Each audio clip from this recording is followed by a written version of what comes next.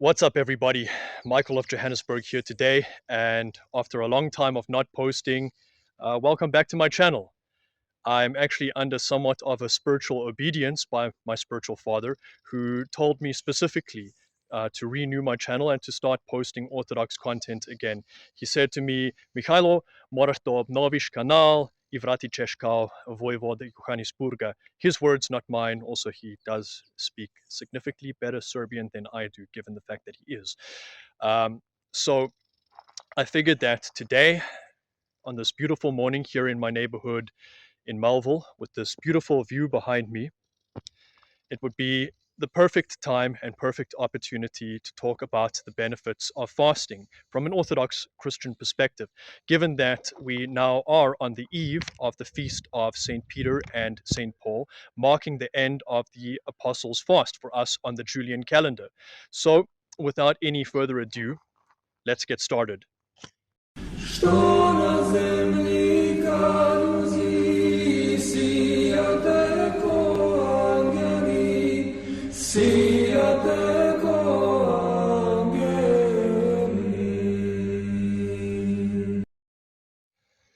So before I actually get started, I figure it's probably worthwhile to mention I am going to have to do this video in a multitude of cuts, given that every now and then dogs do bark. And also, we in South Africa deal with a specific bird known as the hardy daw that actually literally sounds like demons. So if you notice a bunch of cuts, please do keep that in mind. I think you can actually hear them in the background right now if you listen carefully.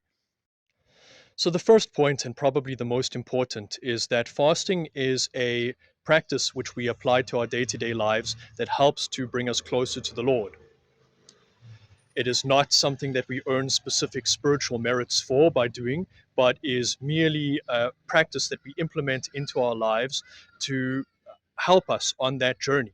So just like how we imitate the Lord during his 40-day fast in the desert, during the period of the Great Lent, we are also told how denying oneself also creates more room within us for Christ. So basically, we become less so that he can become more within us. Now, this isn't necessarily a call for everybody to monasticism, and even more so, it's definitely not a call to LARP as a monk while living in the world in your day-to-day life like how I did for my first year or so as an Orthodox Christian, but it's merely an orthopraxy. That one is called to implement into one's life as a bare minimum ascesis that us as laity can partake in. We do not directly earn spiritual merits per se by doing it, but it is a tool to help us grow in our spiritual life. So, point number 2, it can be seen as an exercise in the discipline of delayed gratification, which can help us in life with compulsive behavior, such as combating addiction, and can be viewed as much of a spiritual as it is a practical tool for personal growth within an Orthodox context. Because, of course, dealing with these certain things that weigh us down, such as various compulsions and addictions, these present, of course, obstacles for us in the spiritual life, and fasting is a tool to combat against that. Now, point number 3, and I have to pre-emphasize all of this by saying that fasting is not a diet, and also I personally, through my experience studying personal fitness and lifting most of my life, do not believe that one necessarily needs to be thin to be healthy. It's way more important to be strong and to be consistent in one's behavior. And I could also basically talk forever about that and how the media sort of sells us on our own insecurities, women a little bit more than men, but definitely I see it happening with men these days. But all of that aside, if you do need to lose weight, if you do need to perhaps bulk up and make various dietary changes in your life for the purpose of certain practical goals, the practice of fasting can definitely help with that. And as I mentioned in the previous point, these principles are just as much practical as they are spiritual. So As we do in life, we start to adopt new patterns of behavior, which can also be slightly more conducive to the spiritual life in the end. Now, point number four, something that I often think is quite overlooked when people actually talk about fasting, is fasting with one's parish community instills in us that sense of community, which is very much in contrast to today's um, culture of radicalized individualism. So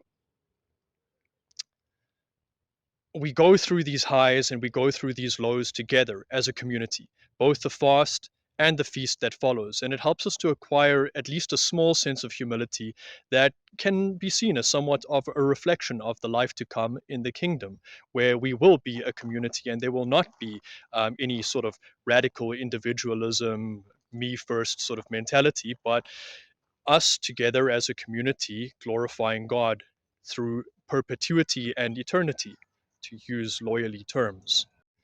Which brings me to my fifth and final point. So, much like my renewal of my channel is an obedience to my spiritual father, in Orthodoxy we have a concept of the image and the prototype on which the image is based. So, for example, the church is an image of the kingdom.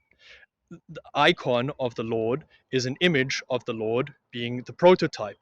And obedience to one's spiritual father and to the spiritual life and the life of the church can be seen very much um, as an image or a reflection of one's obedience to the Lord, or at least a means in which we can practically work towards achieving this. Yeah, so I would say that that wraps up the video that I wanted to do about the importance of fasting from an Orthodox perspective, and how I believe that applying these practical aspects into our day to day life within the context of the church does definitely help us in achieving spiritual growth and um, in our journey along the spiritual path. That being said, if you like the video, definitely hit the like, hit the subscribe, the bell, all of the things that YouTubers tell you to do. If you would like to support me in any way, I have definitely I have placed a link to my Patreon in the comments. Nobody has clicked on that so far, but then again, that is not the reason why I'm doing this. I am doing this because my spiritual father told me that I have to. Um, Other than that, you can also definitely expect me to be doing more of my Joburg Hood tour videos, showcasing how life is here in South Africa. That is part of my intention behind this channel, basically showcasing Orthodox Christianity from a South African perspective and also showcasing South Africa from an Orthodox perspective. Um, yeah, I think that wraps it up. I would like to wish everybody a most blessed feast of the apostles St. Peter and St. Paul, which we will be celebrating tomorrow. And da, slava Bogu, vidimo se sledeće put, daće Bog. And you can definitely expect more content being posted far more consistently on this channel and hopefully with better quality too.